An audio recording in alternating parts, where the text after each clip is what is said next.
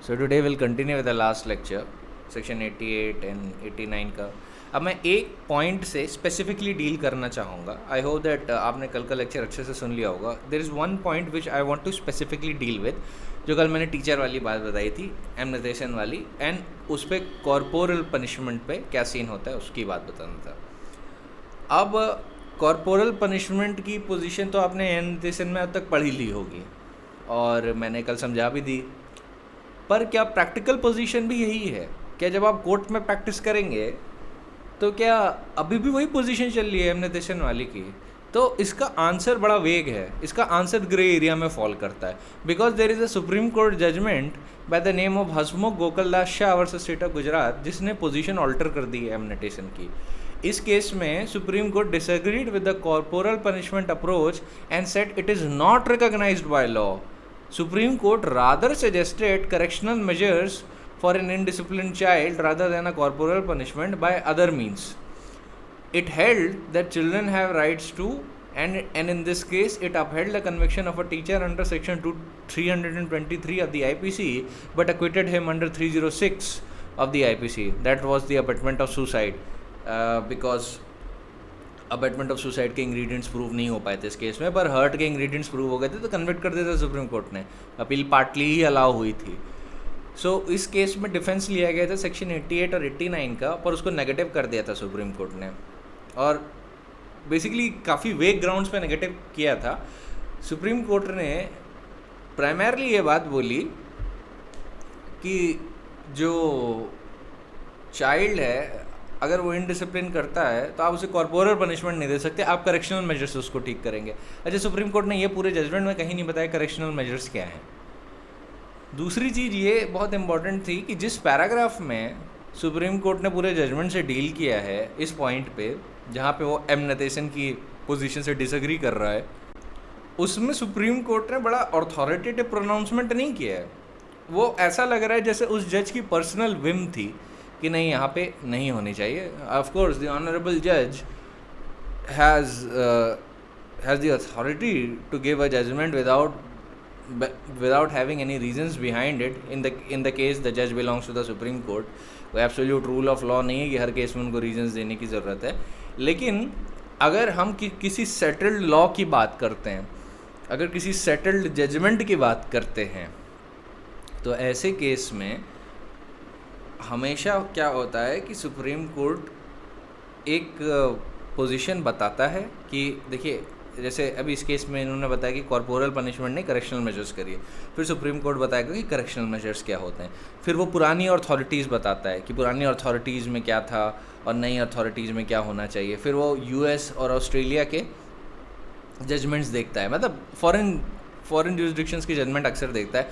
Mandatory नहीं है पर ये नॉर्म है. जब भी सुप्रीम कोर्ट एक सेटल्ड पोजीशन को चेंज करता है ना, तो उसके लिए बड़ी एलैबोरेटिव रीजनिंग देता है. वो ऐसे ही नहीं कर देता है कि हाँ ठीक है अब चेंज हो गया, बिकॉज आर्बिट्रेरीनेस नहीं चलती है वहाँ पे बहुत रीजन तरीके से काम होता है और बहुत लॉजिकल तरीके से काम होता है. तो अब ये एक कन्फ्यूजन था इस केस में कि सुप्रीम कोर्ट ने जब ये बात बोली कि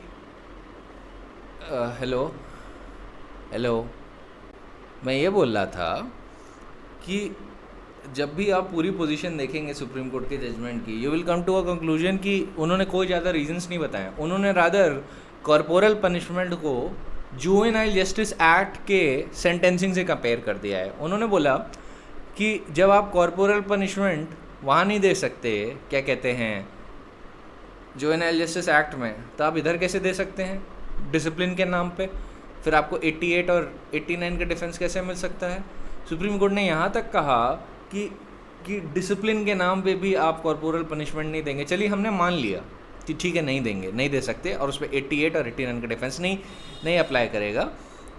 और जो इम्प्लाइड कंसेंट होती है एक गार्डियन की, वो भी नहीं अप्लाई करेगी. ठीक है, कि गार्डियन या पेरेंट भी कंसेंट नहीं दे सकता ऐसी किसी एक्ट के लिए जो टीचर इन्फ्लिक्ट करता है चाइल्ड के ऊपर. तो यहाँ तक तो बातें ठीक होती, लेकिन सुप्रीम कोर्ट ने कोई इस पर एलैबोरेशन नहीं किया.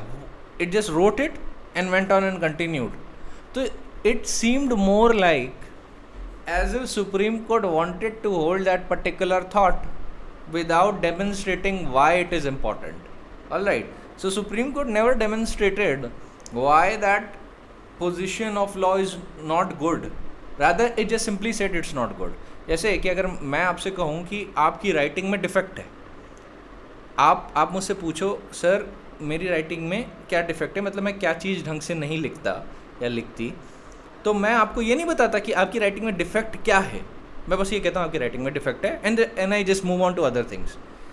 एक और एग्जांपल से मैं आपको समझाना चाहता हूँ कि जैसे अगर मैं बोलूँ कि आपका आंसर गलत है किसी पॉइंट पे, आप मुझसे पूछते हो कि अच्छा सर इसमें क्या गलत है, पर मैं आपको ये नहीं बताता इसमें क्या गलत है, मैं बस ये कहता हूँ आपका आंसर गलत है. तो इस केस में भी ना काफ़ी कुछ ऐसा ही हुआ इस लॉ के पॉइंट को ऑल्टर करने के लिए कि डिफेंस ऑफ सेक्शन 88 एंड 89 नहीं मिलेगा when the teacher inflicts corporal punishment. Rather, Supreme Court said कि correctional measures आप employ करिए और corporal punishment are not recognized by law. तो एक बड़ी सी awkward सी पोजीशन हो गई, क्योंकि हाई कोर्ट्स लगातार होल्ड करते हुए आ रहे थे यही एम नतेशन की position, and it was a very authoritative judgement. और हसमुख गोकल शाह ने इसको बड़े ही, जिसको मैं कहूँगा कैप्रिशियस वे में ओवर रूल कर दिया है. तो प्रैक्टिस के पॉइंट ऑफ व्यू से आपको ये जजमेंट जानने की बहुत आवश्यकता है, because whenever you are practicing, whenever you are defending a person, तो so you need to know all the points which the prosecution can bring. तो हसमुख गोकल शाह जो है ना, ये जो लॉयर्स प्रैक्टिस करना चाहते हैं, जो लॉ स्टूडेंट्स सिर्फ प्रैक्टिस में जाना चाहते हैं, उनके लिए जानना बहुत ज़्यादा ज़रूरी है. और जो लोग एग्ज़ाम में जानना चाहते हैं उनको ये सिर्फ चीज़ जानकारी में रखना ज़रूरी है, क्योंकि ये उनके इंटरव्यू में काम आ सकती है. ये मेंस में मैं लिखने के लिए मैं बोलूँगा मेंस में मत लिखिएगा, क्योंकि हो सकता है आपको एग्जामिनर नंबर ना दे इस बात के, क्योंकि एग्जामिनर्स क्या करते हैं ना, वो ओल्ड एडिशन से चलते हैं और वो पुराने केस लॉ से ज़्यादा चलते हैं. अगर आप यूपी, बिहार, उत्तराखंड इन सब स्टेट्स के पेपर देना चाहते हैं या एमपी के देना चाहते हैं, वो ये 2006 का अगर कोई इतनी भयानक तरह से पोजीशन ऑल्टर कर रहा है, तो basically they will not be aware of it, and वो उसके नंबर शायद आपको ना अलॉट करें. इसी केस में, इस वाली जो प्रेजेंट केस की बात कर रहा हूँ, क्योंकि this has happened to a person that I know of, कि उसने यही वाला आंसर लिखा था, उसने हसमुख गोकल शाह से यूज़ किया, उसको आंसर में उतने अच्छे नंबर नहीं मिले जिसने ठीक उसकी पोजीशन का दूसरा लिखा था, एम नतेशन वाली पोजीशन लिखा था एक दूसरे पर्सन ने, और उसने एम गोकल दास शाह का मेंशन भी नहीं किया, उसको ज़्यादा अच्छे नंबर मिले थे. एमपी की बात है, आरटीआई से उसने कॉपी निकाली थी. तो ऐसा भी होता है, इसलिए मैंने ये नेक्स्ट लेक्चर के लिए बताने के लिए ज़्यादा सही रखा, जिससे कि आप स्टूडेंट्स जो एकेडमिक और जुडिशरी के लिए ज़्यादा लिखना चाहते हो, उनको पहले तो वो पोजीशन पता चल जाए जो उनके काम की है, फिर मैं वो पोजीशन बताऊं जो एक्चुअल में है, करेंटली जो यूज़ होती है. अब एक तरीका जो मेरे पास है कि आप दोनों सिचुएशंस को हैंडल कर सकते हैं मेंस में, वो ये है कि आप क्या करें कि आप एम नतेशन की, जब टीचर का corporal punishment, whenever a teacher is inflicting a corporal punishment and the question comes, can such an act be defended under section 88 or 89 of the IPC, अगर ये स्पेसिफिक सवाल आता है, specific,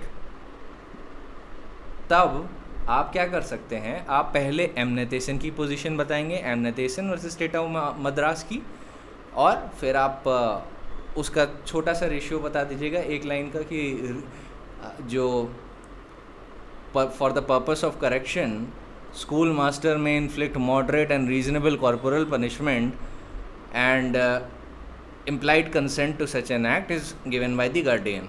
All right, when a child is sent by its parent or its guardian to a school, the parent or guardian must be held to have been given implied consent to it being under the discipline and control of the school authorities and to infliction of such reasonable punishment as may be necessary for the purpose of school discipline or correcting the child. ये आपने लिख दिया, 2 paragraph छोटे छोटे. But आप क्या कर सकते हैं, in order to show your cut above the rest, कि you are better than the others while writing the answer, आप इसके बाद इन दोनों को लिखने के बाद तब बता सकते हैं कि Hasmukh Gokal Das Shah versus state of Gujarat में एम नतेशन डायरेक्टली कोर्ट हुआ था, जिसमें सुप्रीम कोर्ट ने इससे डिसएग्री किया था, और नई पोजीशन ये है कि सेक्शन 88 एंड 89 का डिफेंस अब टीचर नहीं ले सकते when they inflict corporal punishment, in fact they will be liable for hurt, liable हो जाएंगे।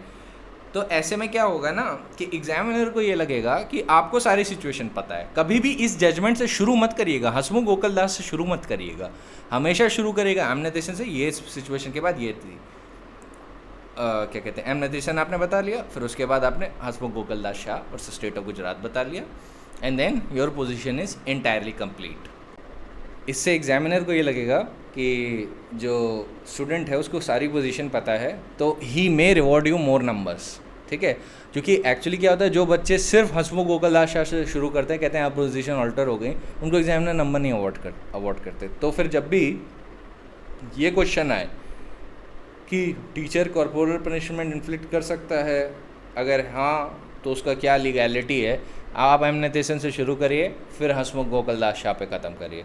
प्रैक्टिकली जो लोग सिर्फ प्रैक्टिस करना चाहते हैं उनको सिर्फ हसमुख गोकलदास शाह जानने की ज़रूरत है। M Natesan kind of up ground hold नहीं करता है।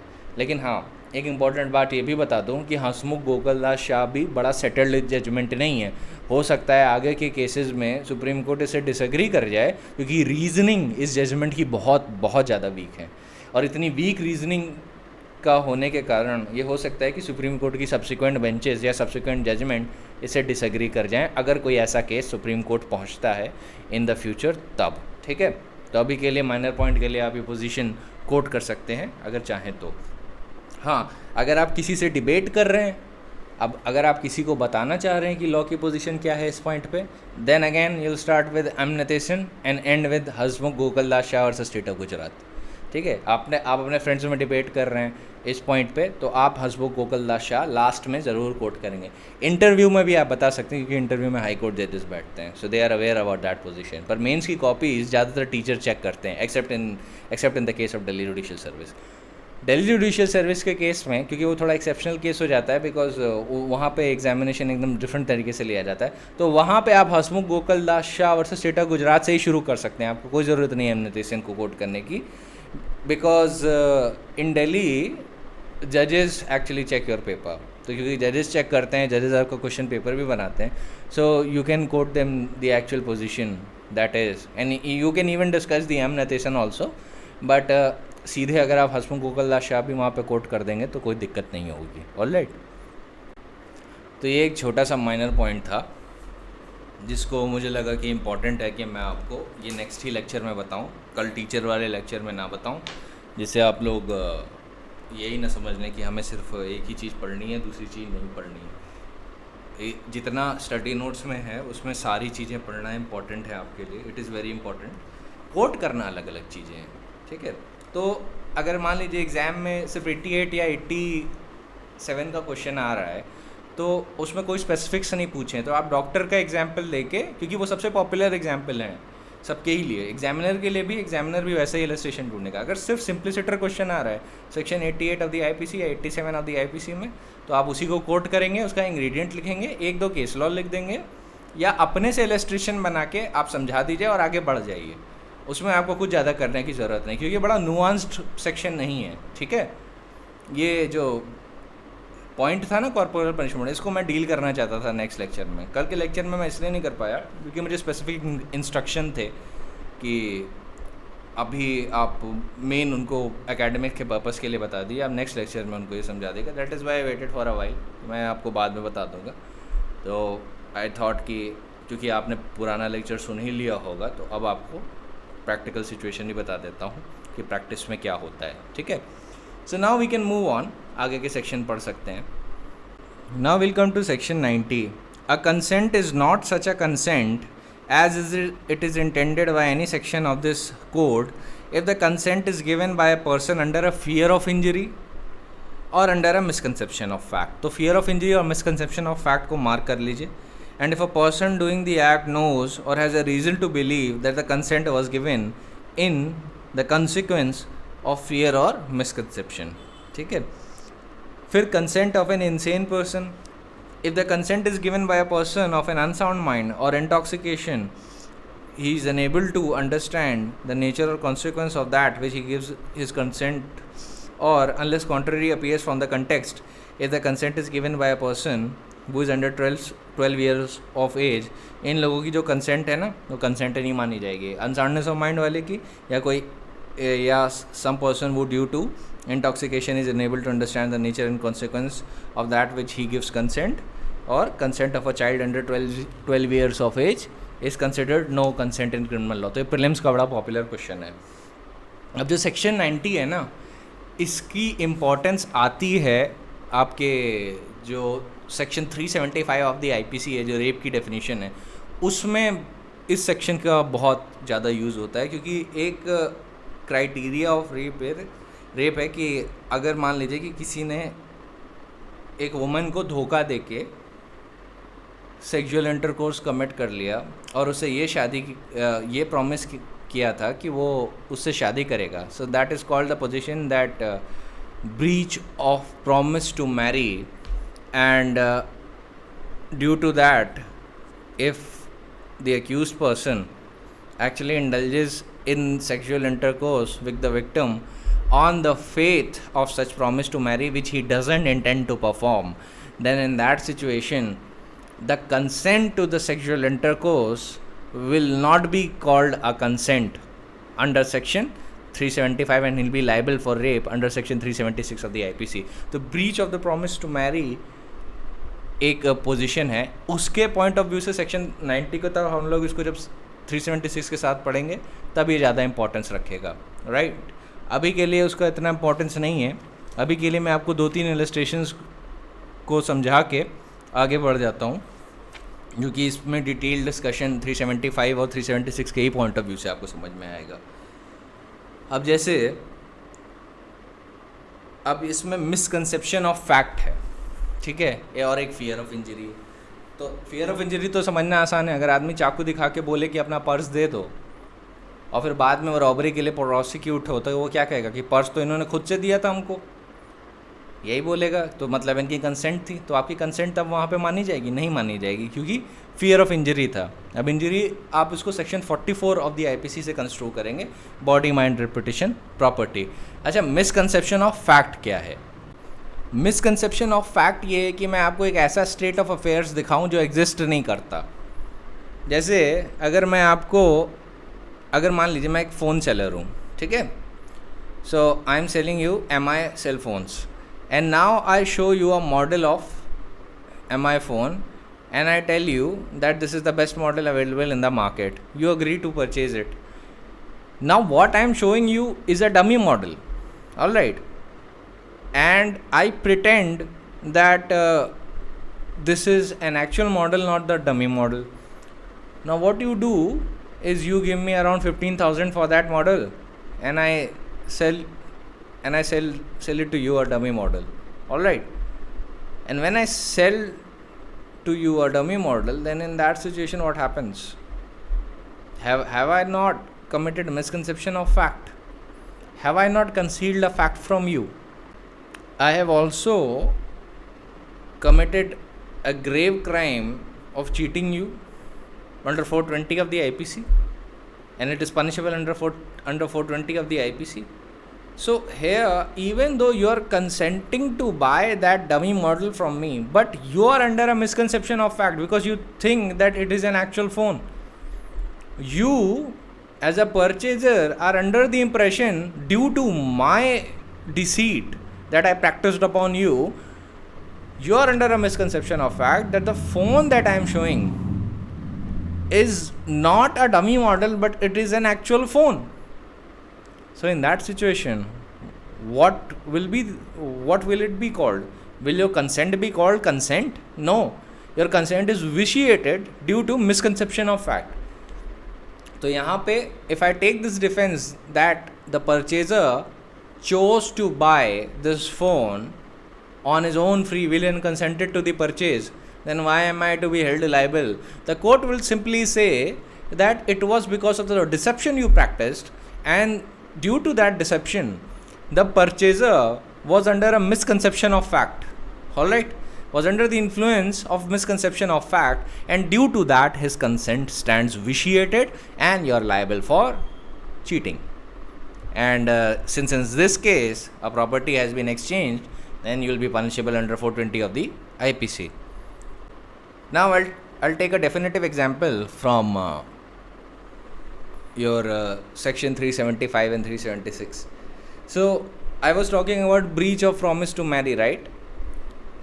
This is a topic that we'll dwell upon primarily when we are dealing with offenses against the human body, because without knowing the nuances of statutory rape, you cannot understand this illustration that easily. But I'll try my best to make you understand. If you don't understand, you just wait it till we go to offenses against the human body, but because there section 90 will come again.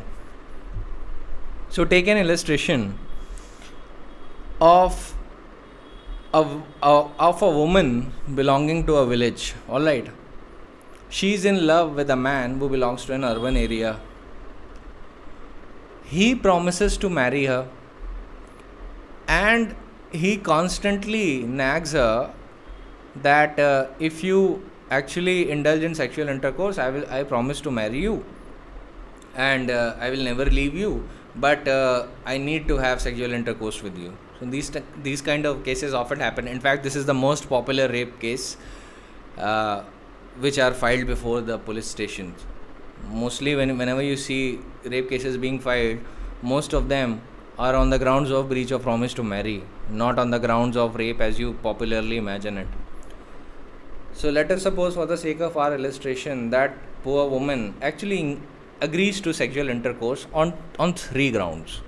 First ground that she's thinking is that the man is eventually the person who she's going to marry. Hence, he will become her husband in the future. So that is not a problem if she indulges into sexual intercourse right now. Secondly, the man is also positively assuring the woman that he will marry her under all circumstances. All right. And third is, the woman thinks that under all scenarios, since he is going to marry me and give me a better life, and I also love him, then in that scenario, if I indulge into sexual intercourse, then what harm will it cause? But without these assurances, the woman would have never consented to sexual intercourse if these 3 assurances that I just mentioned were not there. Imagine that situation. So the woman is thinking, had it not have been for these assurances that this accused person gave me, I wouldn't have indulged into sexual intercourse. All right. So right at that situation, she's imagining a very rosy picture of life, and she eventually succumbs to the desire of that man. They actually indulge in sexual intercourse, and after that, when the woman asks that man that you must marry me now, then he simply refuses. He says, no, I won't marry you. Now you need to consider the peculiar position of a village woman. That is why I took the example of a village woman. I never took the example of an urban woman, because there is a nuance contained here. And the situation is, the woman is, let us suppose, uneducated as well. I'm not saying all village women are uneducated. I'm just saying, imagine a situation where a village woman is uneducated, and she is the same woman who has indulged with the sexual intercourse with that man who is accused person in the subsequent case. Now when the woman is asking the man to marry her, the man simply says, no, I won't marry you. I gave you those assurances only for the purpose of having sexual intercourse with you, only for that purpose, and I deceived you through my positive assertions, and I never intended to carry out my promises. So what is the situation here? Breach of promise to marry. Now you must also know that consent is a very important ingredient of rape offenses. If the consent is not there, then the sexual intercourse with a woman without her consent is considered to be rape. Along with, there are many other nuances. I'm not just giving a lecture on rape, I'm just telling about this specific situation. So if there is a lack of consent, then this sexual intercourse can be called a rape. Why? Because there has been breach of promise to marry, and also in this particular situation, the woman's consent stands vitiated due to false assertions of that man, and those assertions were only there to make a woman indulge in sexual intercourse with that particular person. All right, so that is why the man in this case, who belongs to an urban area, who due to his deceit and positive assertions indulged into a sexual intercourse with a woman belonging to a rustic background or a village background, who is also uneducated and is not in a position to understand the deceit of that man, then in that situation, if that man is made an accused in a rape case, he'll be held liable for the breach of promise to marry, and court will call it rape. Court will not call it a mere case of cheating. Court will call it rape and will convict that man as such, because the intention to deceit was from start. ध्यान रखिएगा, यहाँ पे उस आदमी का deceit करने का intention was from start. It was not in the middle, or it was not at the end that due to some supervening circumstances he was unable to carry out his promises. Rather, his intention to deceit was from start. Hence, the consent that the woman gave stood vitiated because it was given under a misconception of facts. Alright, तो इस case में भी ये misconception of fact में जाएगा under section 90, and breach of promise to marry will be called rape in this case. However, ये clause जो position मैंने अभी आपको बताई, ये urban areas की women पे इतने आराम से नहीं लग सकती, because they are generally educated. और ये भी देखना चाहिए कि was a woman acting under the influence of passion, or the woman was actually acting under the influence of the assertions or positive assurances that were given by the accused person. ये बहुत primary factor है. अगर woman acted on her own passion, then there cannot be a rape case on the breach of promise to marry, because woman was never acting on the assurances of the accused person at all. But if the woman was actually acting under the assurances of accused person, then in that scenario, it can be considered that there was a breach of promise to marry. Educated women में के case में बड़ा कम होता है, जो urban areas को belong करती हैं. वहाँ पे कोर्ट और भी फैक्ट्स और सर्कमस्टेंसेस कंसिडर करता है कि जैसे अगर इंटरकास्ट और इंटर रिलीजियस मैरिजेस हैं और due to some supervening circumstances अगर अक्यूज पर्सन अपना प्रॉमिस पूरी तरीके से निभा नहीं पाता है या वो आगे चल के शादी नहीं कर पाता है, then the court will not convict him automatically just because उसने पास्ट में हो सकता है शादी का वादा किया हो. तो ये फैक्ट और सर्कमस्टेंसेस के हिसाब से डिटरमाइन होता है. तभी मैंने अपने इलस्ट्रेशन में I chose a village woman and the man who is an accused person belongs to an urban area, जिससे मैं आपको एक बहुत सिंपल वे में दिखा सकूं कि कौन से सिचुएशन में breach of promise to marry का रेप केस सक्सीड कर सकता है. Alright, so I hope you understand. अगर आपको नहीं समझ में आया तो you may ask me by messaging me also. And secondly, ये टॉपिक आगे ज़्यादा डिटेल में डिस्कस होगा when we are dealing with offences against the human body. Alright, because this topic belongs to that chapter. This topic doesn't belong to section 90. Section 90 में बस मैं illustration सेक के लिए आपको ये बताना चाह रहा था कि मिसकंसेप्शन ऑफ फैक्ट और फियर ऑफ इंजरी से आप क्या समझ सकते हैं. Now you understand another situation, and that is the only thing left under section 90 कि 12 साल से कम उम्र का बच्चा कंसेंट नहीं दे सकता, अनसाउंड माइंड का पर्सन कंसेंट नहीं दे सकता, और a person who is so deep under intoxication that he doesn't understand as to what he is giving consent, then his consent is also vitiated under section 90. तो आप ऐसे समझ लीजिए कि अगर मान लीजिए एक आदमी नशे में धुत है, क्योंकि अनसाउंड माइंड और चाइल्ड का समझना आसान है, लेकिन ये इंटॉक्सिकेशन की क्या स्टेट्स होनी चाहिए मैं आपको एक इलस्ट्रेशन से बताता हूँ. Let us suppose there is a man, he is under influence of alcohol and he is so deep in alcohol that he cannot see anything straight, he cannot read, everything is very weird around him, he is having visions, he is having hallucinations to a very partial or light degree, so he cannot understand what is going on because he is so deep in intoxication. So let us suppose if there is an accused person who wants to take advantage of the state of inebriation of the victim and actually brings him a deed and says, this is a gift deed that I want to give you certain amount of money, and if you sign here, I will give you that money. The victim doesn't understand what he's saying. He just gives his thumb impression on the document. He can't even sign in that state, but rather he gives a thumb impression. Later, the accused person actually explains to the victim that this is not a gift deed, this is actually a deed for sale of your property, and you have sold all your property to me for a consideration of, let us suppose, 1.5 lakh. Now the victim never consented to such an act. Because he was so deep in intoxication, and his state of inebriation was so deep that he was unable to know what it is that he is giving consent to. So he couldn't understand that as to what state he is giving consent to.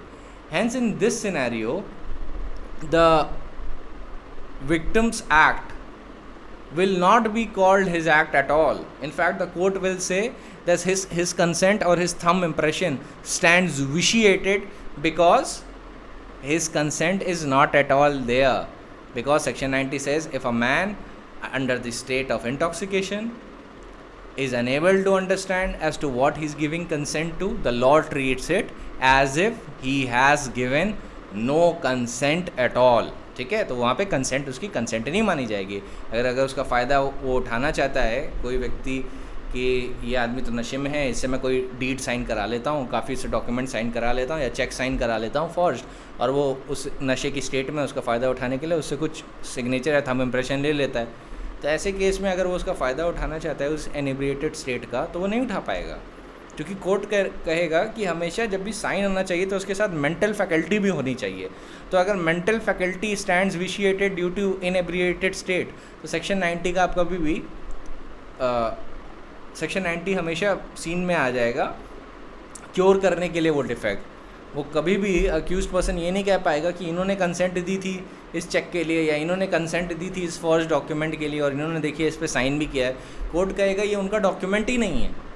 वो उनका document क्यों नहीं है? क्योंकि उनके signature के साथ उनकी मेंटल स्टेट नहीं थी.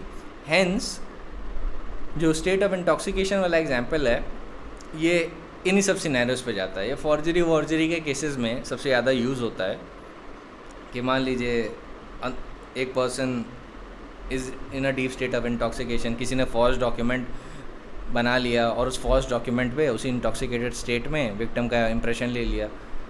अब अक्यूज पर्सन जब इसका फ़ायदा उठाना चाहेगा और विक्टिम इनको प्रोसिक्यूट करेगा अंडर चीटिंग एंड फॉर्जरी, तो ऐसे केस में जब भी अक्यूज पर्सन कंसेंट का डिफेंस लेगा कि इन्होंने कंसेंट दी थी, देखिए इनका सिग्नेचर है, तो इसको कोर्ट हमेशा विशिएटेड मानेगा under section 90 of the IPC. ठीक है, तो ये एक इलस्ट्रेशन था जो इस पॉइंट से डील करता है. Now we'll immediately move on to section 92 because I think by tomorrow we have to start right of private defense. I cannot give a section wise commentary on every section, otherwise you'll have a commentary at the end of these study notes. Alright, so from the point of view of the importance, I will now deal with section 92. Acts done in good faith for the benefit of a person without consent. Nothing is an offense by reason of any harm which it may cause to a person for whose benefit it is done in good faith. So what is necessary to have here? Good faith. First thing, even without that person's consent. So the section applies even without consent. If the circumstances are such that it is impossible for that person to signify consent, or if that person is incapable of giving consent and has no guardian or other person in lawful in charge of him, from whom it is possible to obtain consent in time for that thing to be done with benefit. तो आपको किन चीज़ों पे ध्यान देना है कि इसमें जो भी एक्ट होनी चाहिए उसका प्राइमरी इंटेंशन क्या होना चाहिए? बेनिफिट करना एक पर्सन को. दूसरा, वो गुड फेथ में होनी चाहिए. अगर वो एक्ट कैरी आउट की गई है उस पर्सन की कंसेंट के बिना भी, तो भी सेक्शन 92 बचा लेगा. पर सर्कमस्टेंसेस ऐसे होने चाहिए जहाँ पे it is impossible to signify consent और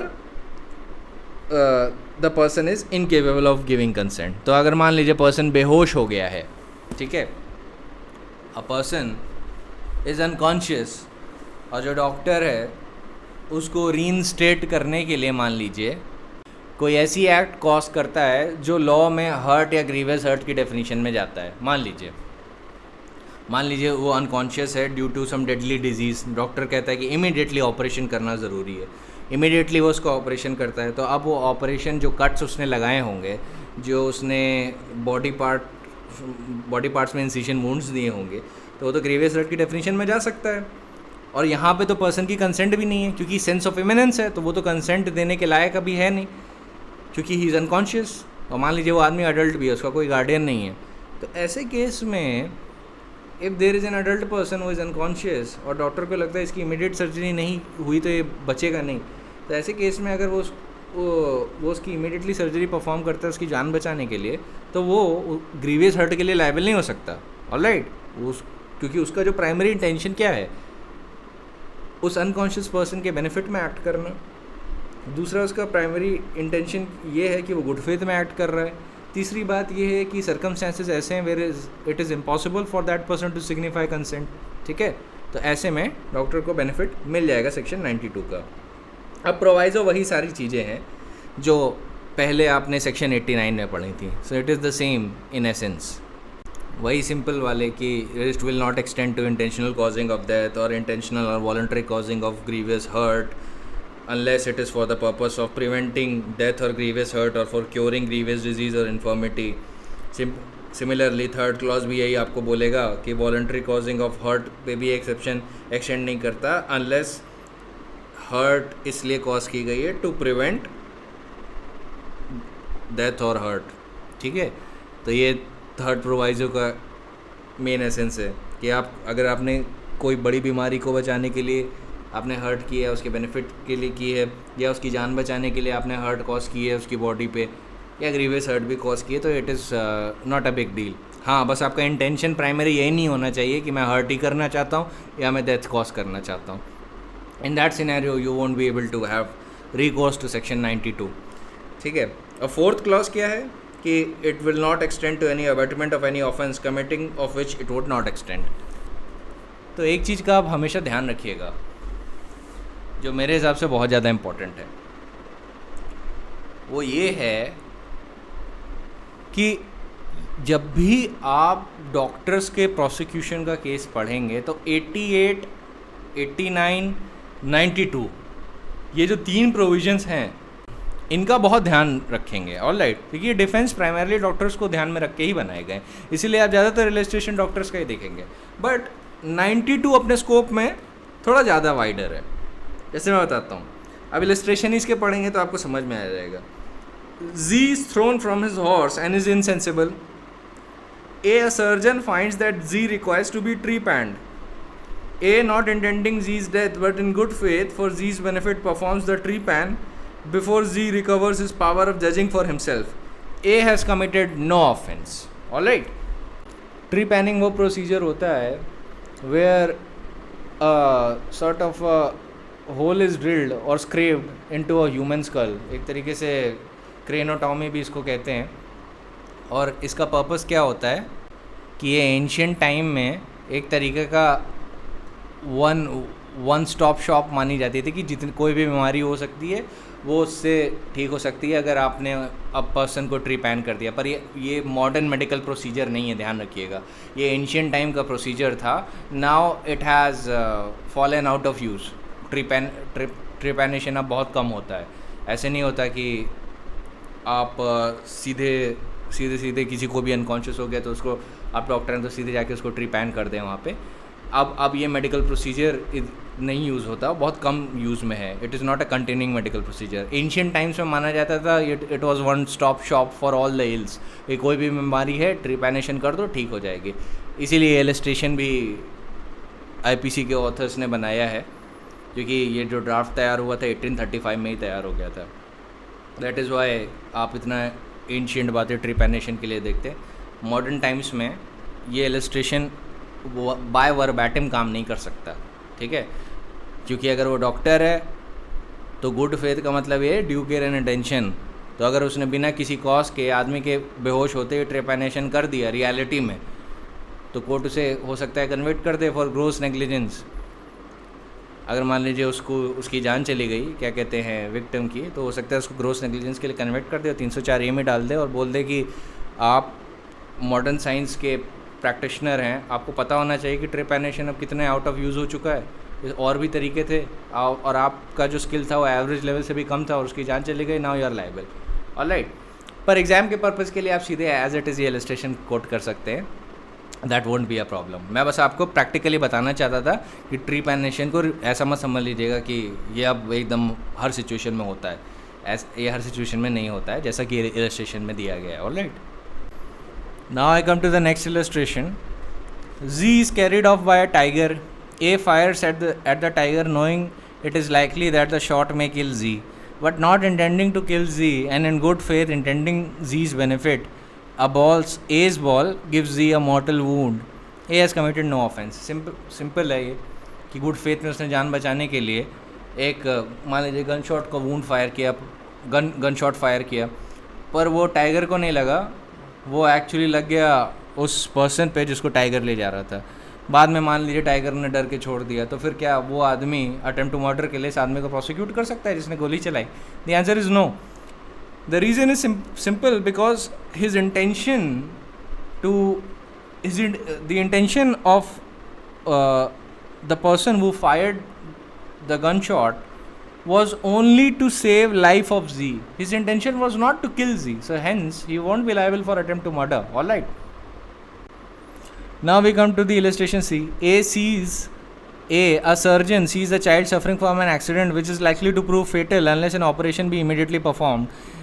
There is no time to apply for child's guardian. A performs operation in spite of entreaties of a child, intending in good faith and the child's benefit. A has committed no offense.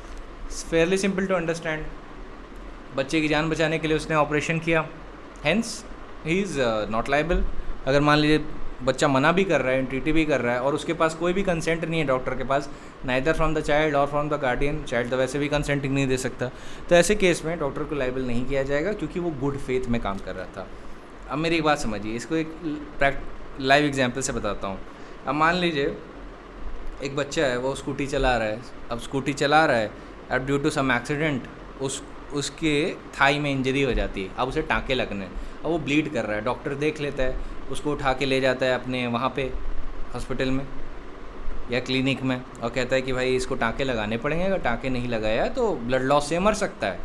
फिर उसको टाँके लगाता है, बच्चा चिल्लाता रहता है, कहता है मत करो मत करो, कोई ज़रूरत नहीं है।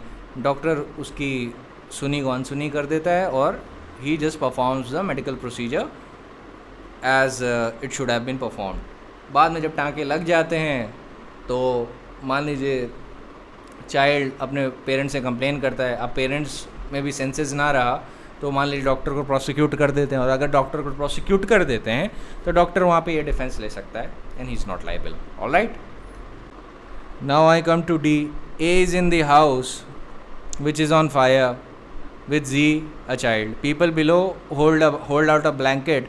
A drops the child from the housetop, knowing it is likely that the fall may kill the child, but not intending to kill the child and intending in good faith for the child's benefit. Here, even if the child is killed by the fall, A has committed no offense. Basically ये illustration भी वही बात कह रहा है कि भाई घर पे आग लगी, आग अगर होगी तो बच्चा तो वैसे भी मर जाएगा और साथ में ए भी मर जाएगा। तो वो क्या करता है, देखता है कि नीचे लोग ब्लैंकेट होल्ड किए हुए हैं कि भाई तुम भी कूद जाओ या बच्चे को आप वहाँ से फेंक दो जिससे उसकी जान बच सके, क्योंकि नीचे इतनी ज़्यादा आग लगी हुई है, आप नीचे उतर के आ नहीं सकते। तो वो टॉप फ्लोर से क्या करता है, बच्चे को फेंक देता है। बच्चा अगर बच गया तो ठीक, लेकिन अगर बच्चा मर जाता है तो ऐसे केस में इस पर्सन को due to the sense of imminence जो यहाँ पर है उसको सेक्शन 92 का बेनिफिट मिल जाएगा, क्योंकि ए की जो एक्ट थी वो गुड फेथ में थी, even though it was without that child's consent, it was in good faith. दूसरा ये क्या है कि वो सर्कमस्टेंसेस ऐसे थे जहाँ पे the person is incapable of giving consent, child consent नहीं दे सकता। तीसरी बात ये थी कि जो सर्कमस्टेंसेस हैं they demand a sense of eminence, वहाँ पे इतनी स्टेट ऑफ इमरजेंसी है कि वहाँ पे इतनी जल्दी एक्ट करने की ज़रूरत है कि अगर नहीं किया तो death will be ensued in all probability.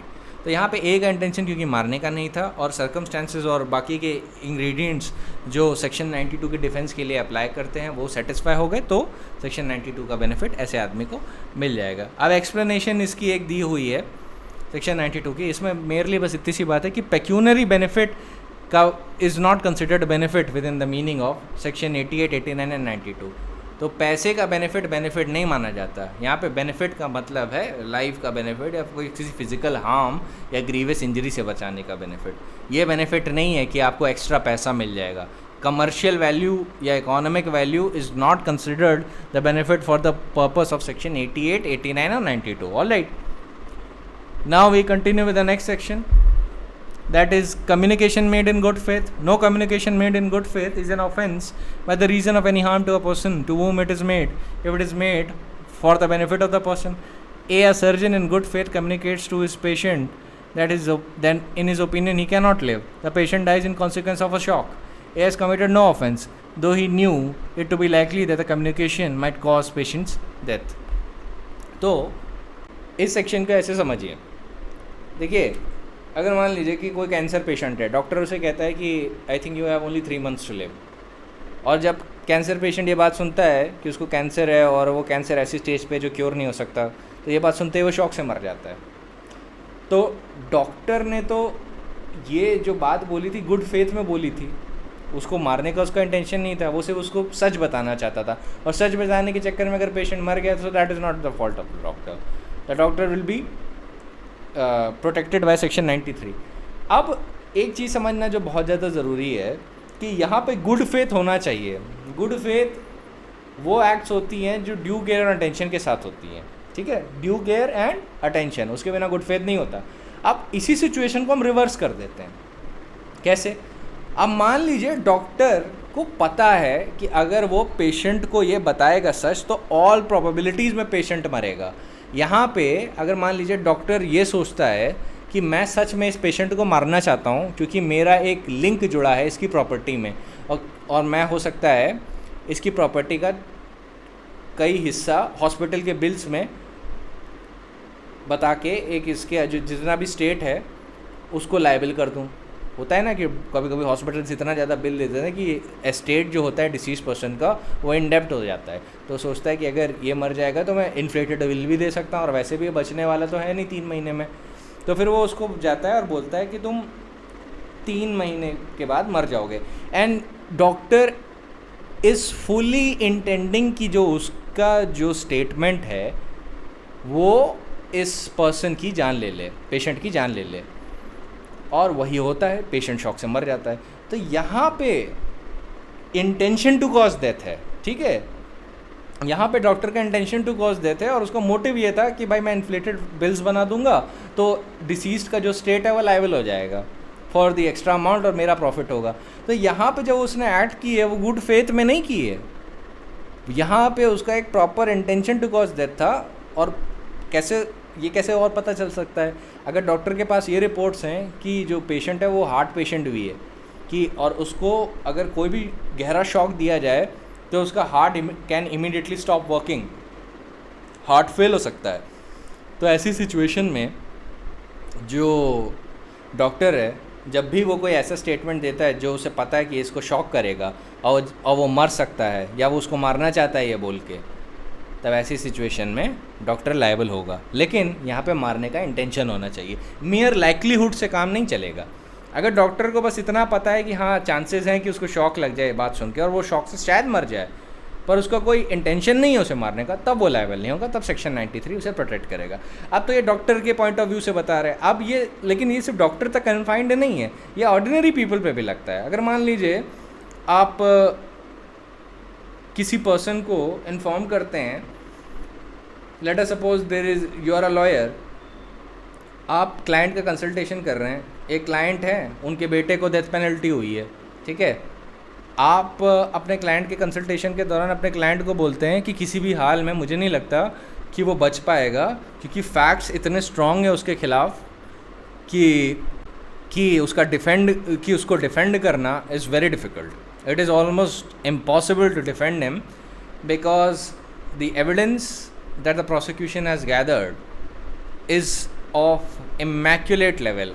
I mean, the defense is actually saying that the prosecution case is so strong that it doesn't even leave an iota of doubt that it was the accused person who has committed the offense, and he committed the offense with such debauchery, with such perversity, and with such amount of brutality that the court thinks that this is such a case where death penalty can be given. Let us suppose, अब ये बताते हैं अपने client को जिसका बेटा jail में है, जिसकी आप केस फाइल देख रहे थे, तो जो क्लाइंट की माँ होती है जो वहीं पे आपके बगल में बैठी होती है ड्यूरिंग द कंसल्टेशन, तो जब आप बता रहे होते हैं तो वो ये बात सुन के शॉक में चली जाती है, and due to that she dies.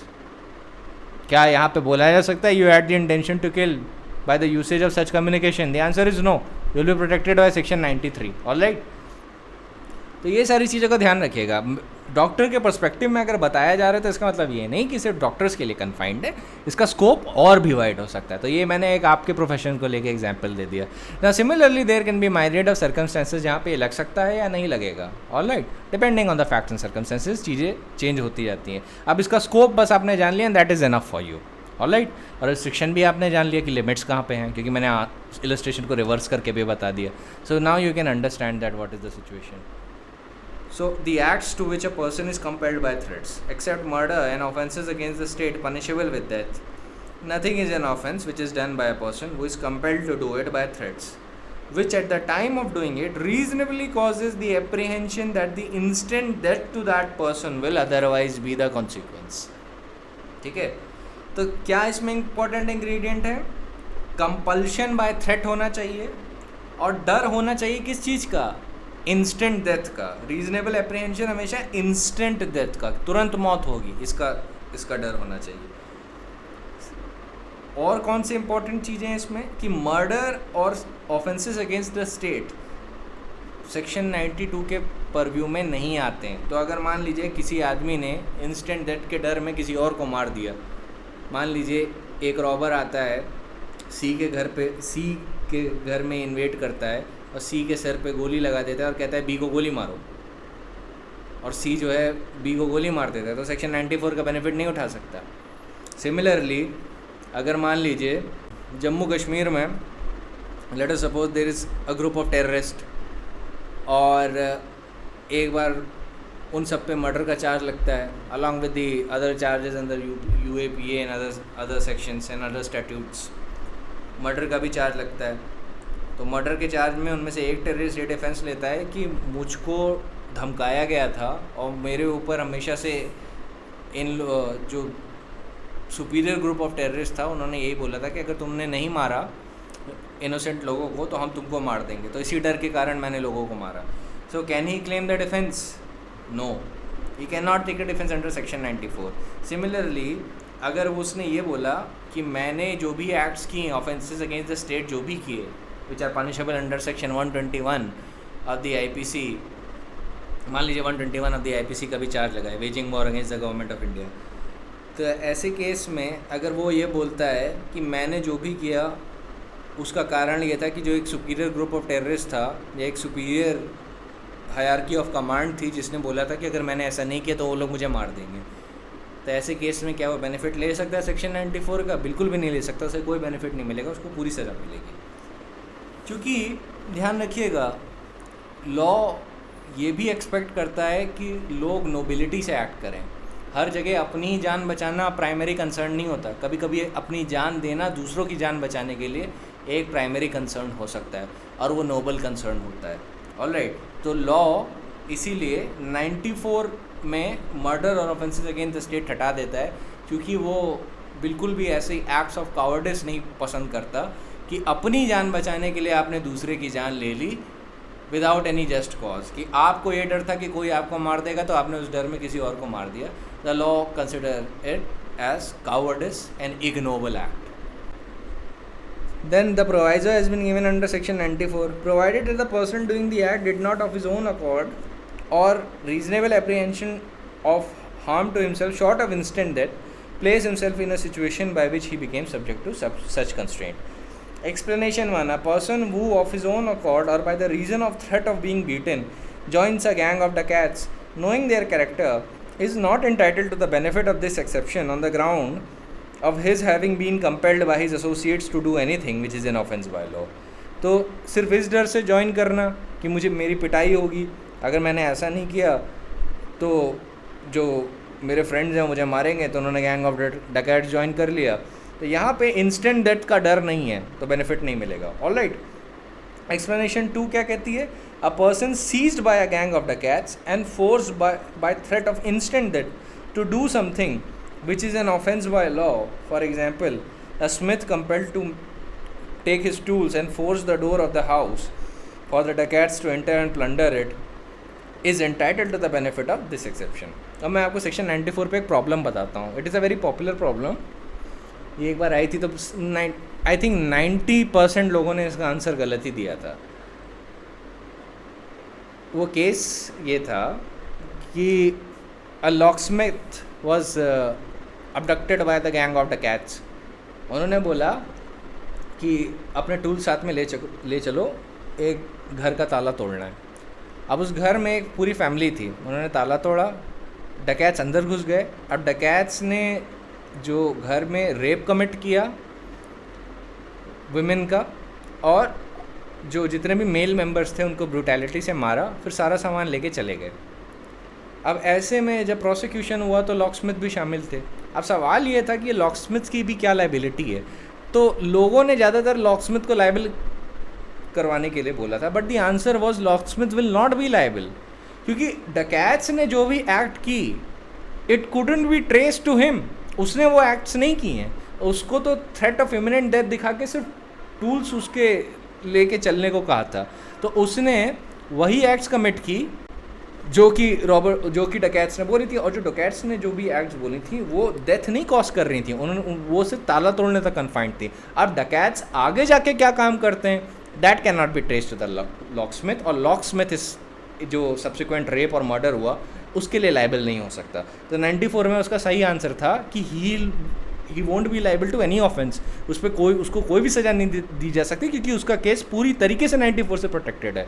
Alright, तो ज़्यादातर लोगों ने इसका गलत आंसर दिया था, क्योंकि वो इमोशन में बह गए थे कि बताओ तुमने ताला तोड़ दिया, फिर वहाँ पे रेप हुआ, मर्डर हुआ, ये सब लॉकस्मिथ की गलती है, उसको खोलना ही नहीं चाहिए था, उसको गोली खा लेनी चाहिए थी. अरे भाई, लॉकस्मिथ को सपना आया था डकैत ऐसा करेंगे, लाइकलीहुड थी, पर उसको पूरी तरीके से थोड़ी ना पता था कि इंटेंशन उनका ऐसा है. और अगर इंटेंशन उनका है भी ऐसा, तो 94 का जो डिफेंस है वो किस बात को रोकता है कि भाई आप मर्डर नहीं करेंगे, आप ऑफेंसेस अगेंस्ट द स्टेट नहीं करेंगे, ठीक है, which are punishable with death. तो उस सिचुएशन में अगर लॉकस्मिथ ने ना मर्डर किया है, ना कोई ऐसी एक्ट की है which is an offence against the state and punishable with death, और उसके ऊपर जो थ्रेट है he is compelled by threat to do so, कि डकैट्स उसको जब साथ में ले जा रहे हैं तो कह रहे हैं अगर नहीं चलोगे तो तुम्हें यहीं मार देंगे, तो सेंस ऑफ इमिनेंट डेथ है, साथ में reasonable apprehension of instant death भी है. तो इन दैट सिचुएशन अगर जो लॉकस्मिथ है अगर ऐसा काम करता है ताला तोड़ने का, और फिर सब्सिक्वेंटली ये हीनियस ऑफेंसेस कमिट हो जाते हैं, तो ऐसे में लॉकस्मिथ को आप लाइबल नहीं करार देंगे. Alright, locksmith won't be liable for it. So I just wanted to tell you that popular example that came, and many people were unaware of these sections and were unaware about this problem, and they actually was swept by emotions and actually gave a wrong answer to this problem. So whenever you are dealing with the matters of law, you need to keep a very cool head. You need to be logical, you need to be factual, and you need to make sure that you are objective above all else, not subjective, and should not be ordinarily swayed by emotions. All right. So if you are swayed by emotions, it is almost a certainty that you will miss one fact or the other, or you will make a mistake in law. So there is this is a popular maxim in law as well, where passion comes, justice is dethroned. So always remember that you have to judge in a dispassionate manner, not because you want to help a particular side, or because you want to be a knight errant. Alright, these situations can't be there. Now we come to section 95. It is a manifestation of an ancient maxim called de minimis non curat lex. It means law does not take accounts of trifles. Section 95 says nothing is an offense by the reason that it causes or that it is intended to cause or that is known it is likely to cause any harm if the harm is so slight that no person of ordinary sense and temper would complain of such harm. तो इसके लिए आपको properly आप इस statement को तब understand कर सकते हैं जब आपने मैकॉले मिनट्स पढ़ी हो. जब मैकॉले मिनट्स में बहुत अच्छे से डिस्क्राइब था कि उन्होंने ये सेक्शन क्यों इनकॉर्पोरेट किया. उन्होंने बोला कि हम जितने भी ऑफेंसेस बना रहे हैं वो इस तरीके से बना रहे हैं कि अगर मान लीजिए आप किसी के इंक बॉटल से फाउंटेन पेन के थ्रू इंक भी ले लेते हैं थोड़ी सी, तो भी वो थेफ्ट में आ सकता है. तो इसलिए हमें ये भी एक बैलेंस करना है कि जो छोटी और ट्राइफल एक्ट्स हैं उसके लिए आदमी कंप्लेन ना करे. अब मान लीजिए आप एक क्राउडेड बस में हैं, ठीक है. अब बस के मूवमेंट की वजह से थोड़ी धक्का मुक्की हो जाती है. मान लीजिए कोई आदमी आपसे टकरा जाता है, हो सकता है ये क्रिमिनल फोर्स में आ जाए, हो सकता है अगर मान लीजिए उसका इंटेंशन है वो अपना ध्यान नहीं रख रहा, वो आपको धक्का दे देता है, आपकी घड़ी गिर जाती है. तो ऐसी सिचुएशन में वो क्रिमिनल फोर्स में आ सकता है. तो क्या आप उसे क्रिमिनल फोर्स के लिए प्रोसिक्यूट कर देंगे under section 352 of the IPC, क्योंकि पनिशमेंट उसमें है, डेफिनेशन तो एक्चुअली 350 ऑफ द आईपीसी में. तो ऐसे में आपको ये देखना होता है कि वो एक्ट का लेवल क्या है. वो इतनी ट्रिवियल एक्ट है जिसका संज्ञान ही नहीं लिया जा सकता, या वो ऑर्डिनरी सेंस ऑफ टेम्पर में कोई भी ऑर्डिनरी मैन वैसी एक्ट से नाराज़ नहीं होता. तो लॉ भी यही कहता है कि ट्राइफल्स की परवाह ज़्यादा नहीं करेगा लॉ, वो सब्सटैंशियल मैटर से डील करेगा. तो सिमिलरली अगर मान लीजिए कि आपके पेन में से इंक ख़त्म हो गई है, अब किसी के पास इंक बॉटल है, इमेजिन करिए आपके पास फाउंटेन पेन है, आपने क्या किया, थोड़ा सा इंक उससे ले लिया इंक बॉटल से. अब आदमी कहता है आपने मेरी कंसेंट के बिना लिया है और ये dishonestly you have moved the property, अब आप थेफ्ट के लिए लायबल हो. तो क्या आप सच में थेफ्ट के लिए लायबल हो इतनी छोटी सी एक्ट के लिए? The answer is no. ये illustration specifically authors of the court ने दिया था जब वो आईपीसी ड्राफ्ट कर रहे थे. तो I hope this illustration clears you a bit. अब मैं इसके थोड़े और केस लॉज बताता हूँ आपको. आई मीन लेजिस्लेटिव केसेस हैं, एज सच आपको इस पर केसेस पढ़ने की ज़रूरत नहीं है, लेकिन आपको बस समझाने के लिए बता रहा हूँ. So authors of the court क्या कहते हैं? As our definitions are framed, it is a theft to dip a pen in another man's ink, mischief to crumble one's own wafer, an assault to cover him with a cloud of dust by riding past him, hurt to incommode him by pressing against him in getting into carriage. There are innumerable circumstances and there are innumerable acts without performing which men cannot live together as a society. So hence, if all of it is included within the definitions of IPC, then the very foundations of the society would be shaken by this conduct. Hence, the law needs to carve a specific spectrum or specific exceptions that certain acts which are so trivial that the law or any person with reasonable sense or with common sense will not take account of such minor trivial acts. Alright, so this is why it is called, section 95 is also called a manifestation of the maxim de minimis non curat lex. The law takes no account of trifles. छोटी मोटी acts के लिए law नहीं ध्यान देता. और मान लीजिए आप अपनी गाड़ी बहुत तेज़ से चला के गए और धूल उड़ के मेरे मुंह पे लग गई, तो ये हो सकता है ये क्रिमिनल फोर्स में आ जाए. फिर अगर मान लीजिए बस में धक्का मुक्की हो गई, हर्ट की डेफिनेशन में आ गया.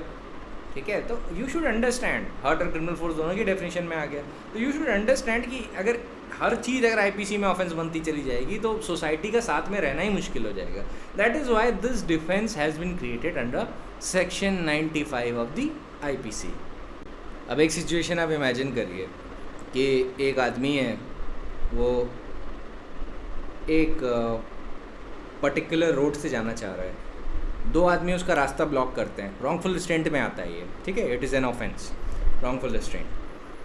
तो आदमी क्या करता है कि वो कहता है कि मेरे रास्ते से हट जाओ. तो कहता है कि नहीं, जब तक आप हम लोग को ऐसा करिए कि यहाँ पे टैक्स पड़ता है यहाँ से जाने का, और अगर आप हमको टैक्स नहीं दोगे तो हम आपको जाने नहीं देंगे. अब जो आदमी जाना चाह रहा है उस रास्ते से, वो कहता है कि हट रहे हो या मैं पुलिस को बुलाऊँ? तो वो लोग आदमी तुरंत हटे आते हैं, ठीक है, कि चलो जाने दो. तो इस पूरे जो रिस्ट्रेंट था, जो रास्ते का रिस्ट्रेंट था, इसका टोटल पीरियड था 10 सेकेंड. 10 सेकेंड के लिए रिस्ट्रेंट कर पाए थे उसे, फिर वो आगे चला गया. अब बाद में उस आदमी को पता नहीं क्या समझ में आया, वो प्रोसिक्यूट कर देता है इन दो लोगों को। अब यहाँ पे कोर्ट एक बात देखेगा कि इवन दो ये पूरे फैक्ट्स रॉन्गफुल रिस्ट्रेंट को तो साबित तो कर रहे हैं, लेकिन इतनी जल्दी उस व्यक्ति ने अपना फ्रीडम गेन कर लिया विद इन 10 सेकेंड्स, तो ऐसी एक्ट के लिए इन लोगों को पनिश करना वुड नॉट बी राइट। तो उसमें 95 का डिफेंस दिया जा सकता है, क्योंकि एक ऐसा ही केस हुआ था, वो रॉन्गफुल कन्फाइनमेंट से रिलेटेड था, पर उस केस का नाम था Anoop Krishna Sharma versus state of Maharashtra, Bombay high court का केस था ये। तो प्राइमरली हर चीज़ पे केस लॉ बताना भी मैं सही इसलिए नहीं समझता ना, क्योंकि वो इलस्ट्रेशन के लिए तो बहुत अच्छे हैं, पर ये मैं बर्डन नहीं देना चाहता कि आप हर चीज़ पे केस लॉ याद करने लगो। ये समझ लीजिए इलस्ट्रेटिव केसेस, ये समझाने के लिए। तो इसमें क्या हुआ था, इसके पेक्यूलियर फैक्ट्स थे। इसमें ये हुआ था कि अक्यूज पर्सन ने कंप्लेनेंट को फैक्ट्री में लॉक कर दिया था शटर बंद करके।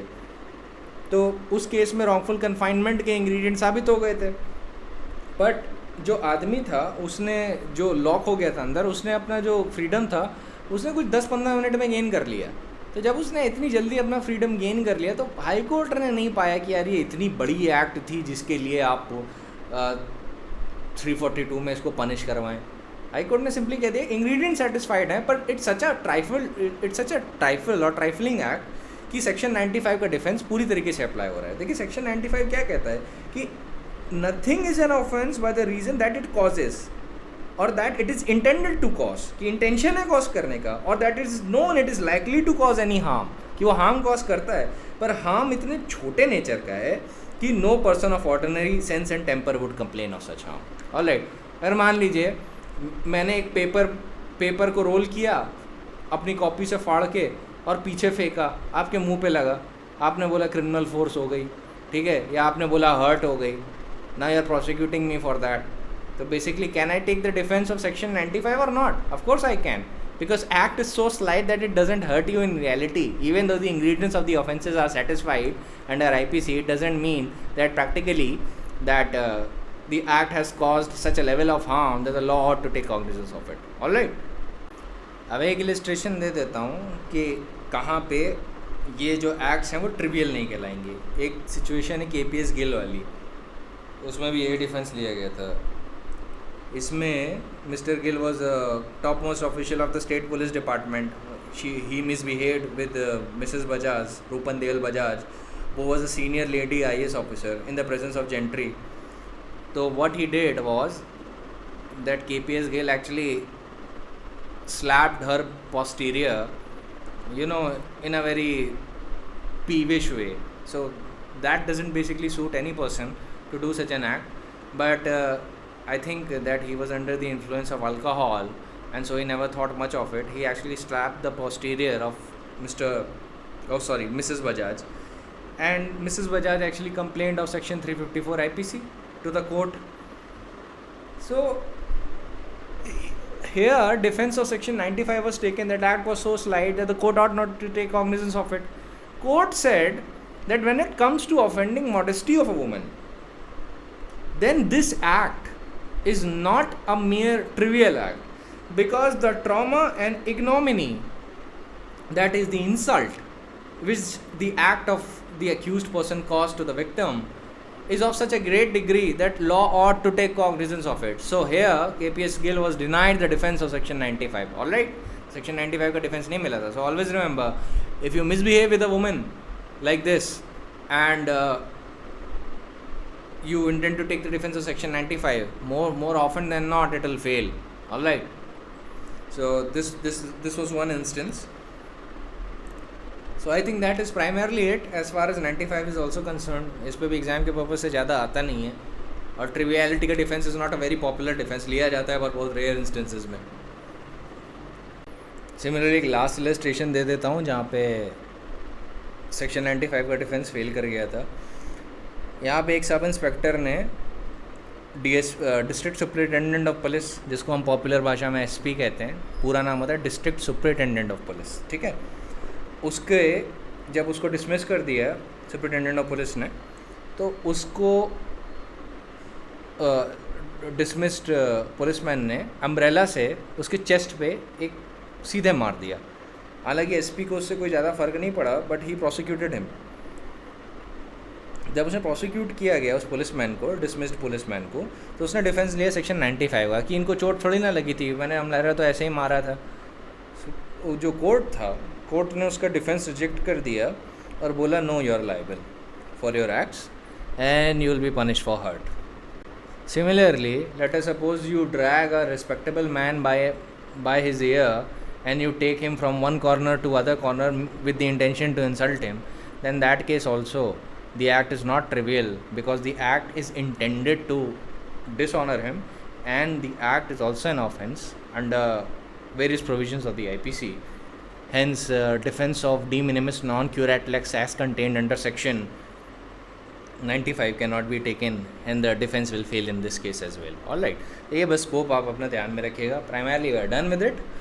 अब ये ख़त्म हो गया. अब कल से हम लोग राइट ऑफ प्राइवेट डिफेंस शुरू करेंगे, और that is a very very important topic from the point of view of the exams. IPC का पेपर दे रहे हैं या प्रैक्टिस कर रहे हैं, right of private defence is so important कि ये बहुत पॉपुलरली आता है. So we'll deal with the right of private defence in detail. All right, right of private defence के बाद will move on to the I think attempt. Will deal with attempt. फिर उसके बाद हम स्पेसिफिक ऑफेंसेस करेंगे, फिर criminal conspiracy करेंगे, and then will move on to offences against the human body and offences against the property. All right, so that is it for today.